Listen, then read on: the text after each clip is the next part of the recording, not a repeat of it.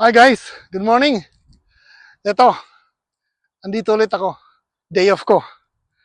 Alam mo naman kapag ka day off dapat kukunin natin ng isang oras o kahit na dalawa para sa sarili natin.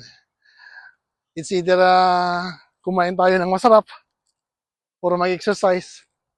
Ako naman bago ako kumain ng tanghalian, kailangan ko munang mag-exercise ng sapat para makakain ng maayos.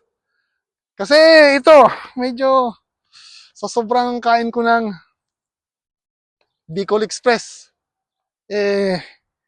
hindi magandang tingnan ng tiyan na malaki dahil hindi ka makagalaw. Lalo na pag sa trabaho. Alam niyo naman ang trabaho ko kailangang maliksi. Minsan may mga pagkakataon na binabato din kami ng Pepsi. Mabuti lang at hindi ako tinatamaan. Dahil kahit papano nakakailan ako.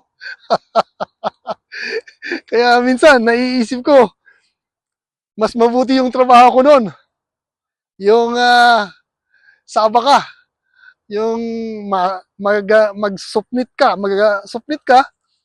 pagkatapos, tambak mo, dahil mo naman sa tugod, sa hagutan mo, dahil kaning kalaban naman, dahil naman ning bungag sa imo ning Pepsi or tray of food.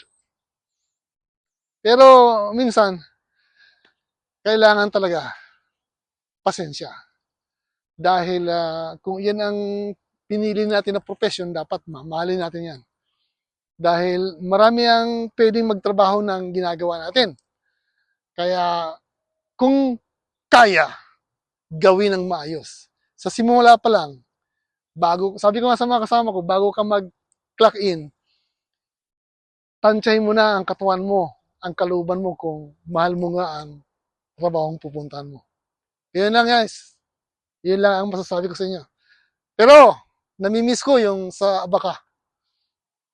Yung paggahagot ka, the smell of the abaka is awesome. Talagang walang katulad. Napaka-presko. At saka yung pagtatrabaho dun although time and frame, wala kang masyadong iniintindi na mga legalities o ano man, na kesyo hindi mo magawa ito, pwede mong gawin maya o ulitin. Pero may mga trabaho na kailangan mong i-consider yung mga kung ano-anong legalities, kung ano-anong complaint, mga ganun.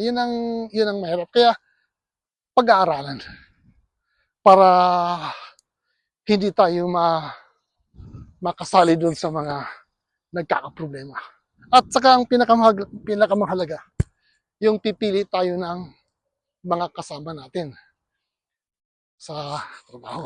Okay? Alright guys, got this.